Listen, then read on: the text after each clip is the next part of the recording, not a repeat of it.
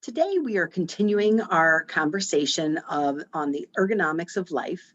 As many of you know, we're rolling out the 12 elements of health, and February's element is ergonomics. Last week, we discussed about kind of basic bending, twisting, lifting, sleeping, workstations. And as a part of that podcast, I was going to include some baby tips, taking care of baby when you're pregnant, as they get older and become toddlers. And as I started doing my research on the different things that I wanted to share with you, I realized that is an entire topic all to itself. There is so much that goes into the ergonomics of living when you're living with a baby. Babies are awesome, but they're also heavy, right? Even if a baby's only 10 pounds, it's still about the weight of a bowling ball. And so how you carry them, how you move them, how you lift them is really important when it comes to your spinal health, your muscular health. And I know for myself, since we specialize in pregnancy and pediatrics at the practice, we see so many new moms that they really have a hard time biomechanically and structurally, and go through a lot of musculoskeletal pain just because of improper lifting and movements.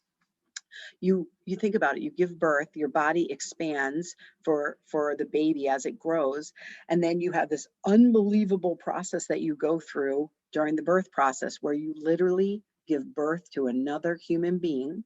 Your body has to open up to allow for that. And now your body has to come back together, meaning the pelvis joints, the lumbar spine, the entire pelvis region has to kind of come back together at a time in your life where you're not sleeping well, where you're now carrying something that has weight to it in front of your body, you're lifting a lot, and you're just overall exhausted. And so the fact that our bodies struggle as we have new babies, it isn't surprising to me as a chiropractor. So let's talk about how can you make your ergonomics as good as possible. For some people, no matter if they're doing it perfectly, even if you have your perfect ergonomics for your workstation, if you're sitting there for 9 hours a day, it's still not good for our bodies, as we talked about last week. So let's talk about, to begin with, sleep. So you're pregnant, you got this big old belly, right? And you're trying to find comfortable positions for sleep. There's a number of positions they don't recommend. Laying on your back, laying on your belly, it's just not as good for baby.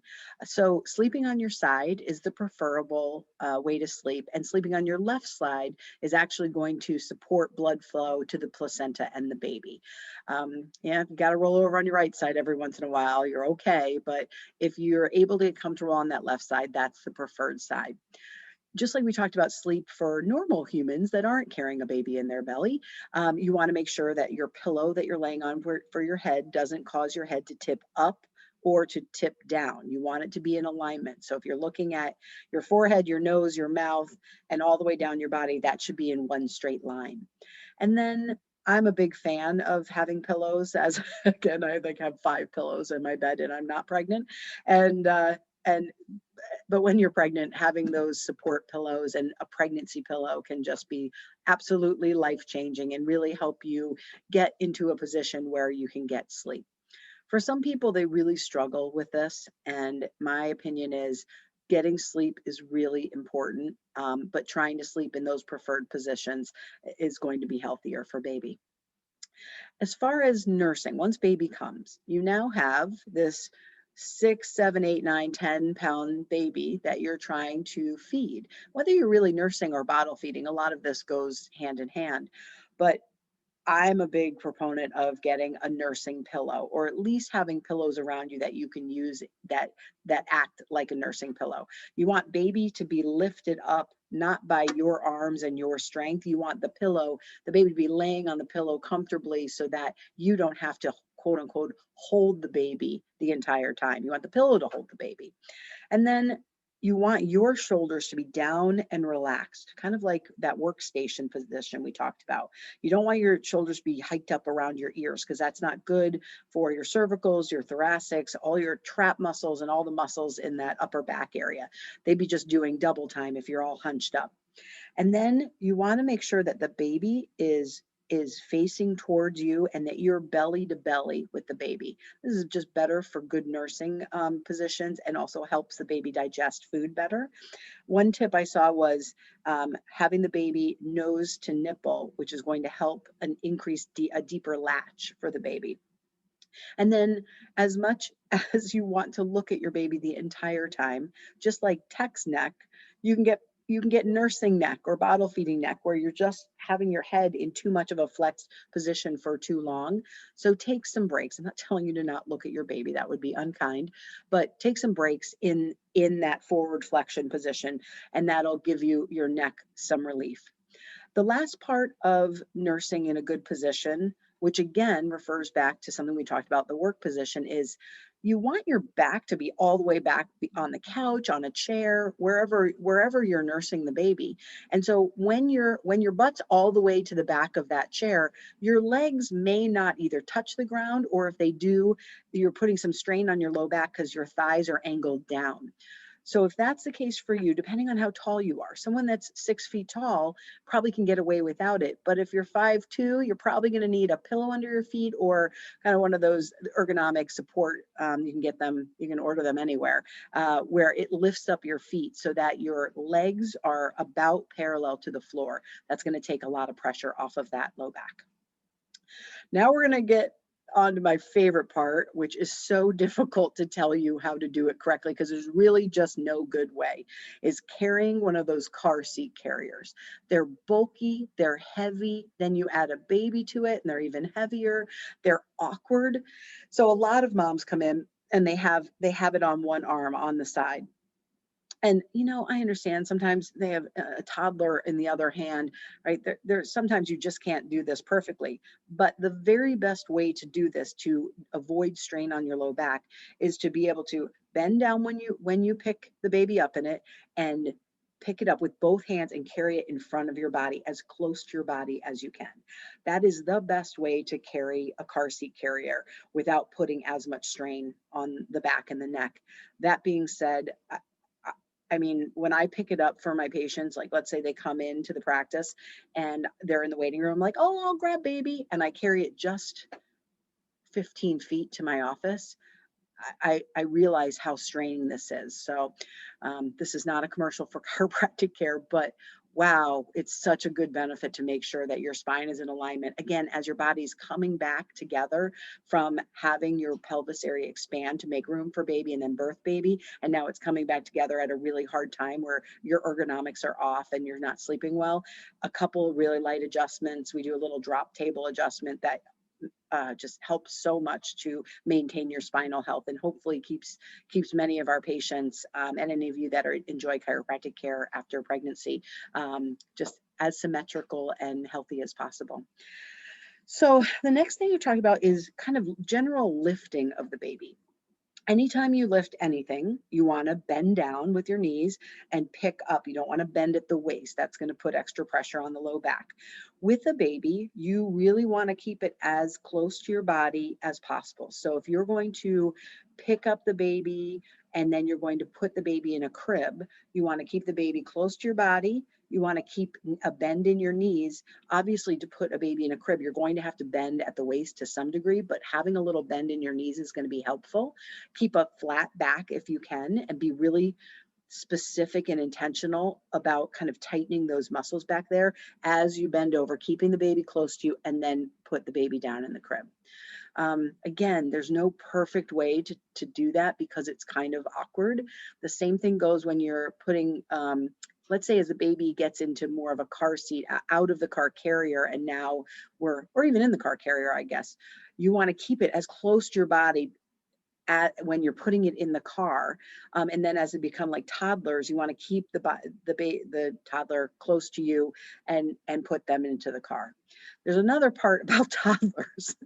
Once your little sweet baby turns into a growing toddler, you kind of have to be prepared for anything, right? So I think about my softball days where I used to play outfield, or I used to be a catcher and play first base, but I spent some time out in the outfield. You have to be prepared for anything. And so you kind of have to be in that softball stance with your hands open and your knees bent, because you never know what's going to happen. And that's exactly the same thing with a toddler. You think you're just going to put them in the car seat and it's going to go as planned, and they decide that they're going to go the direct opposite, of movement that you're trying to have them do. So you kind of have to be prepared for them to be squirmy, for them to make quick movements, and having that little bend in your knees and kind of just being prepared for that can help you not have something that's going to throw your back out or cause a lot of strain on you. The more prepared you are for those different movements, the better it's going to be. Um, Another thing that comes up in my practice is baby wearing. And so I'm a big fan of it. I think there was not a lot of talk about baby wearing when I had my boys. My boys are 17 and 18 now. And I don't really remember anyone doing it, but now I have a lot of moms that come in, especially ones that have other kids, because now baby can be right on them, and they make this little wrap, and they seem to make it look easy. I'm sure it takes a while to figure it out, but I bet you could YouTube how to do it. And number one, it keeps baby as close as humanly possible. Babies tend to like it. They like to be supported and wrapped up and close to you and hearing your heartbeat. But then you have two hands that are free. So it's going to ergonomically be better for you than trying to just carry the baby on one arm or on one hip. If you choose to carry a baby that way, you want to try to shift back and forth.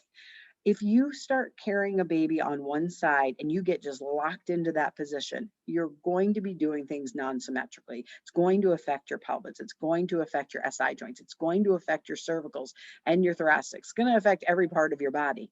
That being said, I'm sure I did it just on one side because one side's normally more comfortable. But if you can start from the beginning and be conscious that on Monday, Wednesday, and Friday, I'm going to go on the right side, and on the opposite days, I'm going to go on the opposite side, and really try to teach your body to be strong in both ways, you're going to save yourself down the road. Because as we've talked in other segments of ergonomics, anything you're doing symmetrically is always going to be better than something you're doing non-symmetrically. Let's see if I have anything else. Changing baby. Now, again, I was a culprit. I changed the baby on the floor of my living room. But technically, it is better to be able to change a baby on a heightened surface so that you're not bending over, you're not getting down on the ground and getting back up and leaning over to change a baby. But I totally didn't do this, and I kind of was fine. But it is a recommendation. Um, Diaper bags. I pick up diaper bags from my patients, and they weigh more sometimes than the car seat and the carrier. So yeah, it's one thing if you're going on a 3-day road trip, right? You obviously need to bring a ton for baby, and those bags can get really heavy. But just like our purses, ladies, many times you open up your purse, you're like, what on earth do I have rocks in here? And you get to the bottom, you're like, oh, I shouldn't have this in here. Oh, I don't know why I have this in here. So diaper bags are going to be kind of the same thing. And I recommend having like a quick trip bag. If you're literally leaving the home to go to the pediatrician or come to my office or, wherever you're going with baby and it's quick, just a little bag that does not weigh a lot, that has a couple of diapers, some wipes, maybe one change of clothing if necessary, just in case, because you just never know what's going to happen with a baby. You have all the best intentions, and then you put the baby in the car seat carrier and they have a blowout, and your whole life just has to stop right there. Claire, one of my doctors at the practice, just had a baby, and she was like, I will never question why a new mom might be late to our office ever again. She's like, I get it. You think you're prepared. You think you're ready to head out the door. And then your whole plan is just canceled. So you always have to give a little more time and a little extra space in your life when you are taking care of a newborn, taking care of a toddler, and give yourself a little bit of grace. If you are able to during this time of your life, go get a massage, go make sure you get some rest, take a nap, have help. There's so many things that being a new mom and going through this period of time, it's so challenging on our bodies that we do need to make sure that we squeeze in a little bit of self-care. I know that's not possible in so many ways, and that, unfortunately, a lot of the heavy lifting, no pun intended, comes from the mom, especially if they are nursing. But it's a limited period of time. If you can try to make your ergonomics as healthy as possible, get the care you need, whether it's massage or physical therapy or chiropractic, get some sleep, keep your body hydrated, eat some healthy foods. I promise you, you will get through this phase and you'll get to the other end of it, and things won't be quite as taxing.